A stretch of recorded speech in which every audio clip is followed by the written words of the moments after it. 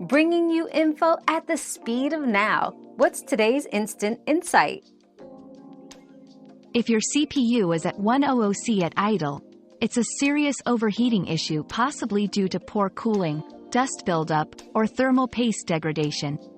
Start by cleaning out any dust from your computer's fans and heatsink. Next, ensure the cooling system is properly working. It might be malfunctioning or inadequately sized for your CPU.